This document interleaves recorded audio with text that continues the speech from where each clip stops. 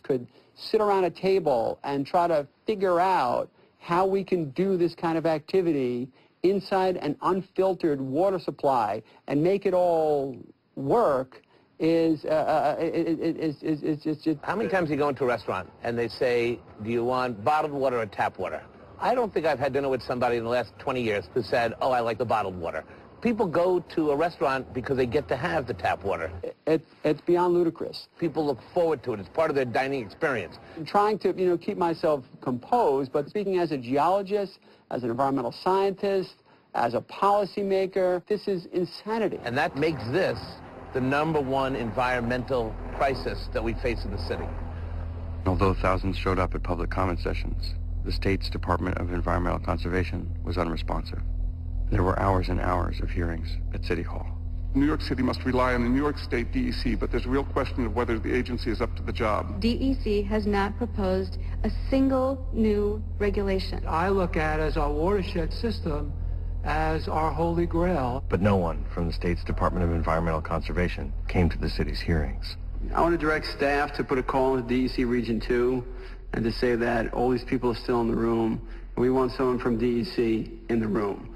There were even press conferences with no press. It would be nice to have reporters today. We don't have them. Maybe this story is not sexy enough. Maybe it's not important enough. Maybe the drinking water supply for 9 million people, it doesn't quite get people's attention. Where's the press? They're right in there? They're in the press room, probably. In the press room. You know, to do a press conference with no press.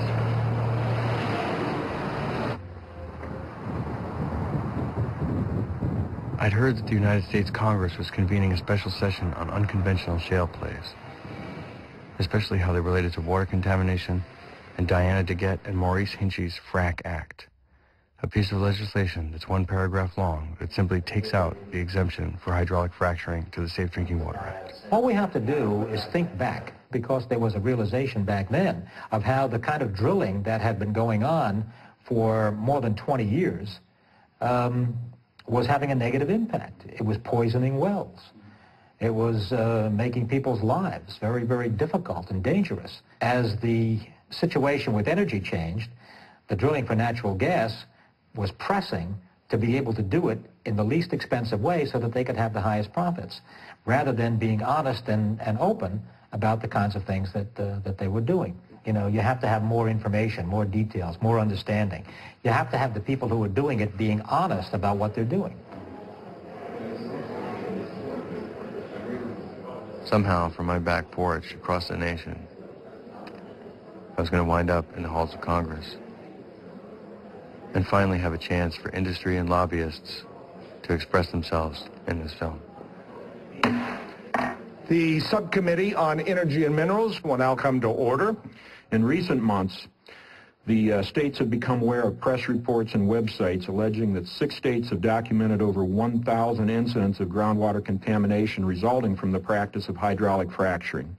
Such reports are not accurate. Studies and surveys by GWPC, EPA, and IOGCC over the last 11 years have found no real credible threat to underground drinking water from hydraulic fracturing. Now, why is hydrofracking raising such concerns? The materials used for hydrofracking don't biodegrade.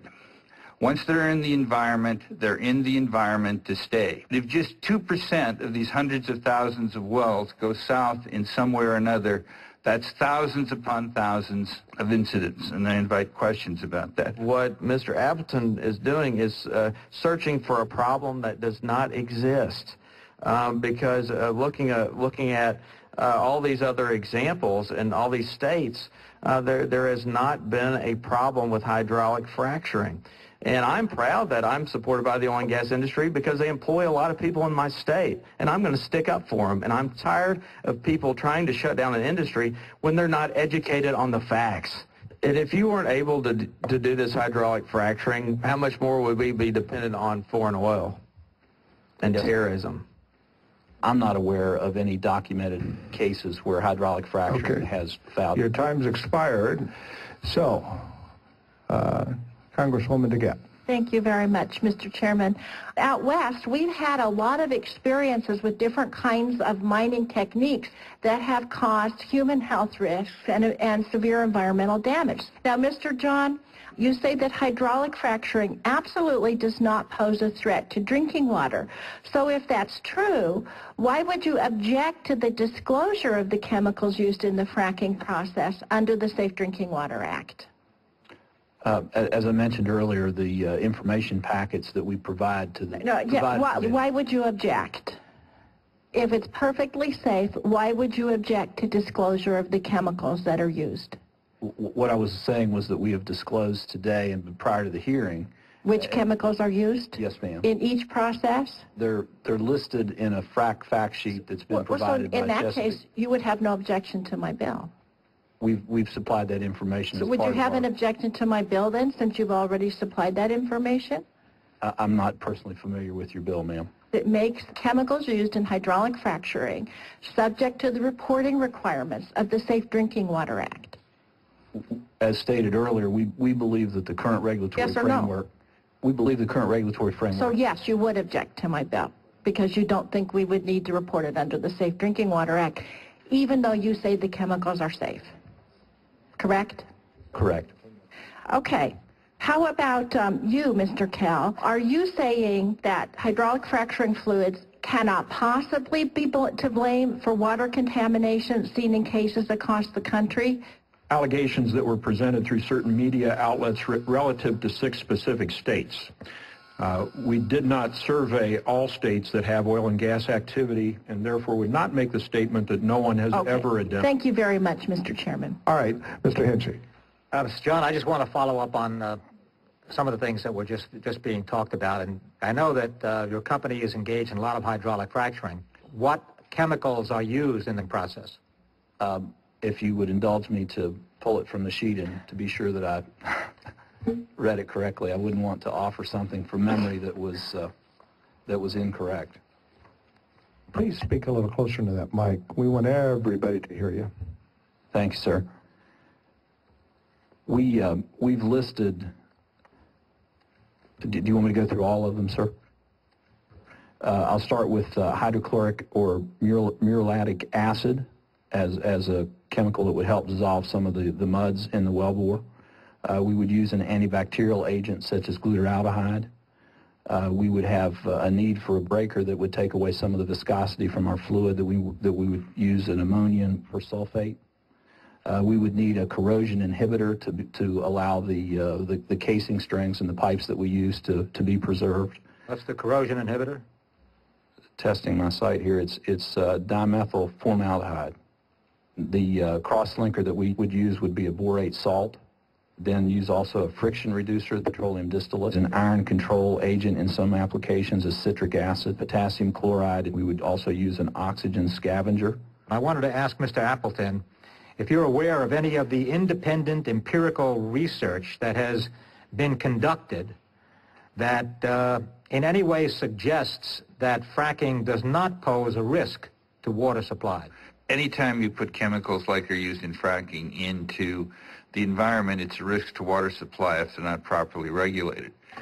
Well, this subcommittee is now adjourned. So here's where we're going to end. The FRAC Act is making its way through Congress, and industry is lobbying hard against it. Neither New York State nor Pennsylvania have moved to protect the watersheds. I don't know what's going to happen around here. I don't know if all this is going to be destroyed. I don't know what's going to happen around the rest of the United States. Whether all the friends that I made on this trip are going to get some relief. I guess in a large part that's up to you. One thing I've found deep inside is a love for this whole country. There are pieces of my backyard at Divide Creek in Colorado, in Pavilion, Wyoming, in the streets of Fort Worth, in the cemeteries and schoolyards of New Mexico. My backyard wasn't my backyard anymore. It belonged to everybody else, too. And with major shale plays being discovered in Europe and in North Africa, and with hydraulic fracturing being hailed there as a possible solution to Europe's energy problems, I don't think this story is going away anytime soon. And it's possible that Gasland might stretch a little bit further than my backyard into yours.